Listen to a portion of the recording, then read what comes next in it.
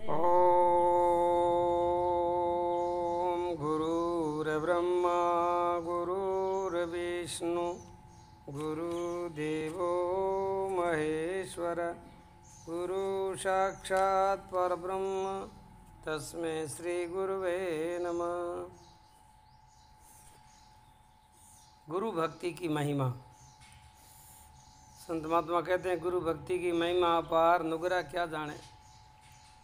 उस विषय के आधार पर हमारे भारतीय संस्कृति में अनंतों महापुरुष बड़े बड़े विद्वान हुए हैं। सबने गुरु भक्ति को हृदय में धारण करके परम तत्व की प्राप्ति की और परमोक्ष की प्राप्ति की। आज थोड़ी चर्चा करेंगे स्वामी विवेकानंद जी की गुरु भक्ति। रामकृष्ण परमहंस के वैसे तो कई शिष्य थे, लेकिन विवेकानंद जैसी गुरु भक्ति और गुरु निष्ठा, आह क्या बात है।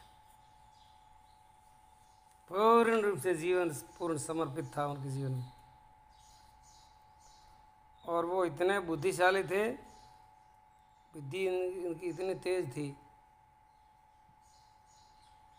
विश्वविख्यात स्वामी विवेकानंद अपना जीवन अपने सद्गुरुदेव शरणों में समर्पित कर दिया था।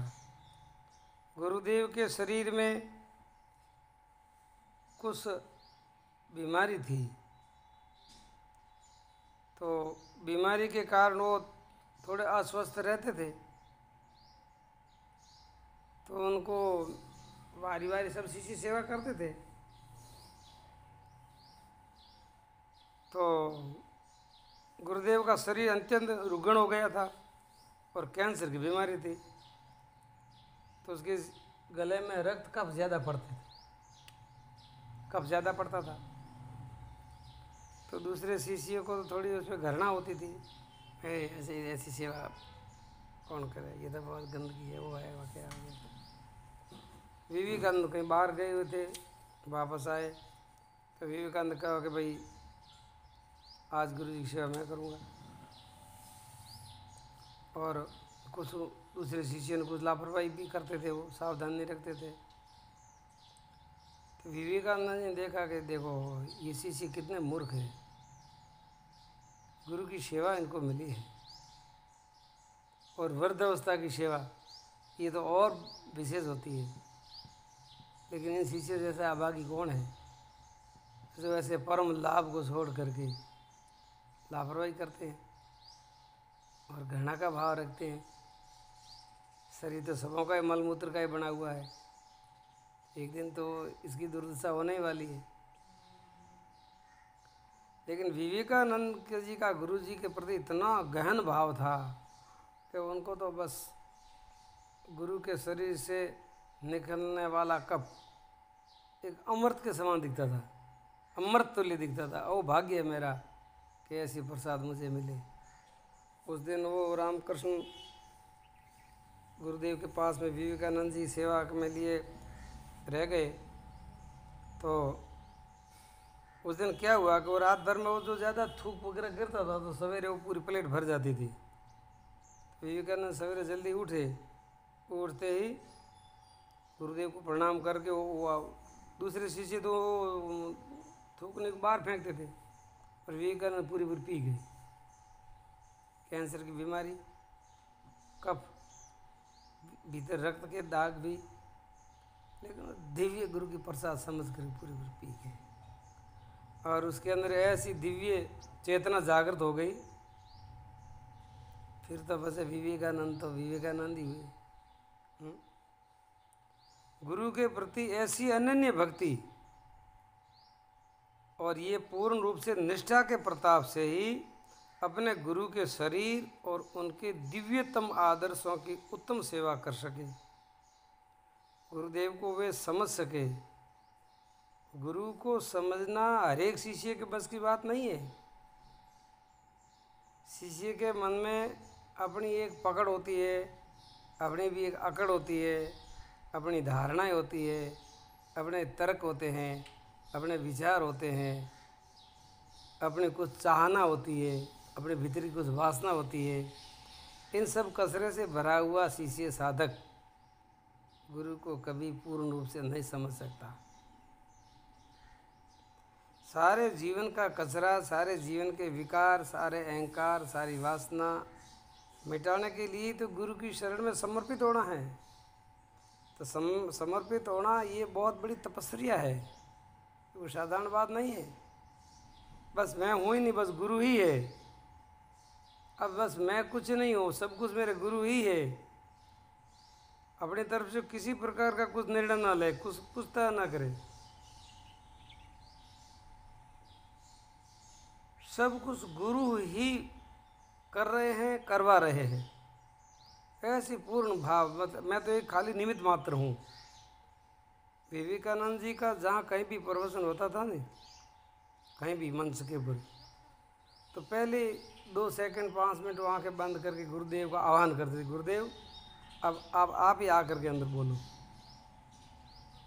गुरुदेव ही बोलते थे उनके भीतर, और लोग सोचते थे कि विवेकानंद बोल रहे हैं। वास्तव में विवेकानंद नहीं बोल रहे थे, उसके अंदर उनका गुरु बोल रहा था। और गुरु का ये संकल्प था कि विवेकानंद जैसा कोई उत्तम अधिकारी मिले तो मेरे भीतर का जो अनुभव है, जो मैंने जीवन में प्राप्त किया है महान दिव्य वस्तु, तो ज़्यादा से ज़्यादा लोगों तक मैं पहुंचा सकूं। लेकिन गुरुदेव के पास वो भाषा नहीं थी, क्योंकि वो इतने पढ़े लिखे थे नहीं, और अनुभव बहुत बड़ा हो गया था, ब्रह्म आत्म साक्षात्कार हो गया था।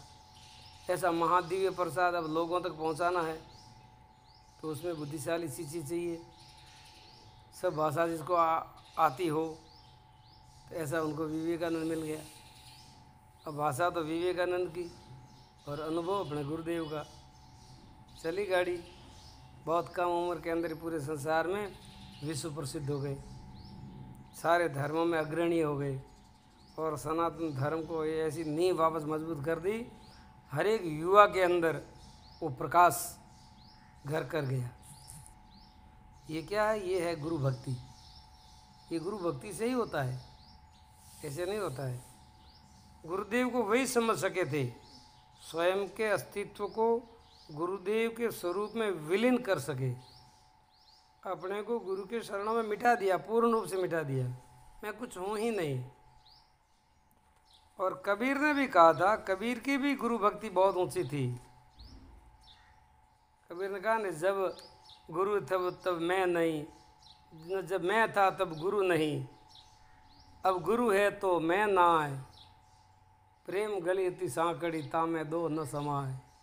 इसका मतलब यह है कि गुरु और शिष्य जब तक दोनों अलग भाव से रहते हैं, उनका भाव एक नहीं होता है, उनका विचार एक नहीं होता है, उनकी धारणा निष्ठा एक नहीं होती है, जब तक उनके भीतर जो द्वैत रहता है, तो वो शिष्य कभी महान नहीं बन सकता।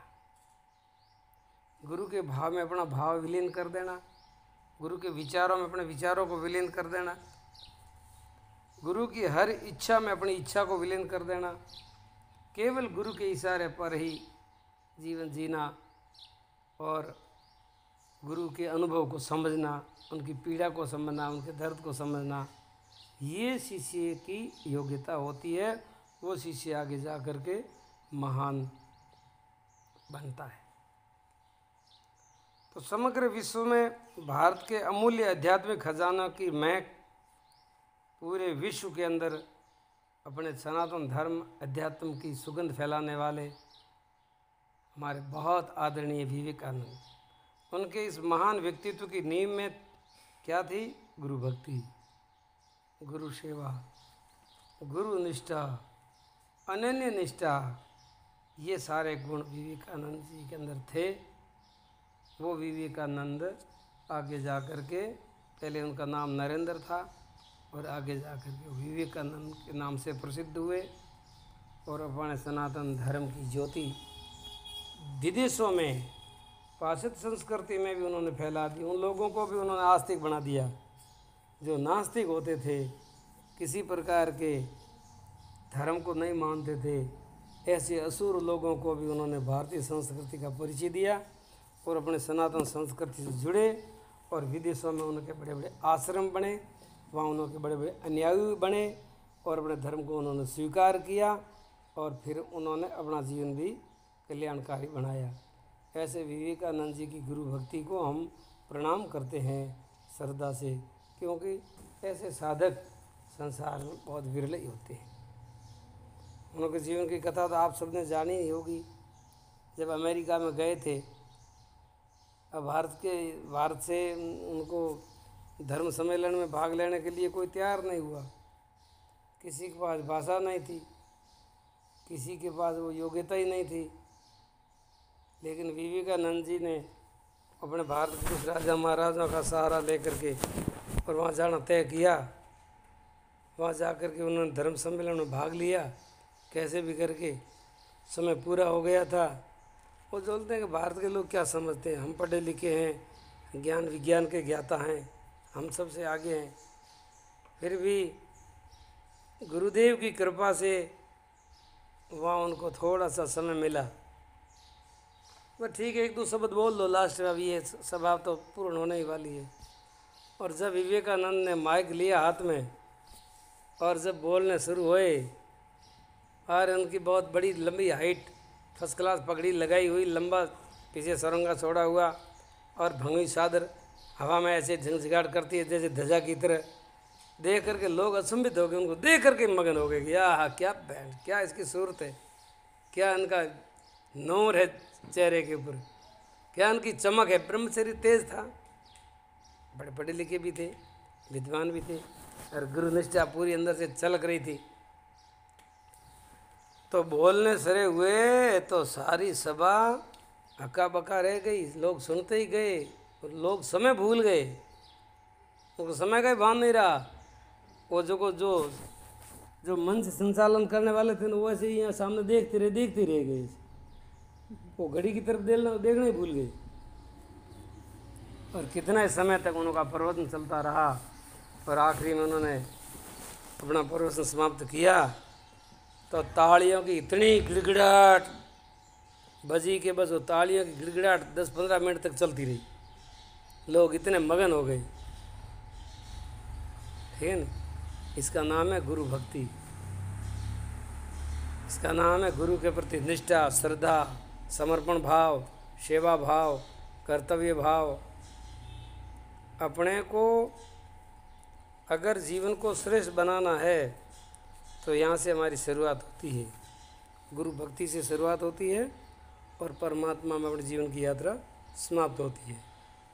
जीव शिव बन जाता है, पुरुषोत्तम बन जाता है। और आडखोल बोलिए सतगुरुदेव की जय हो। ये है गुरु भक्ति की महिमा। ओम नमः शिवाय।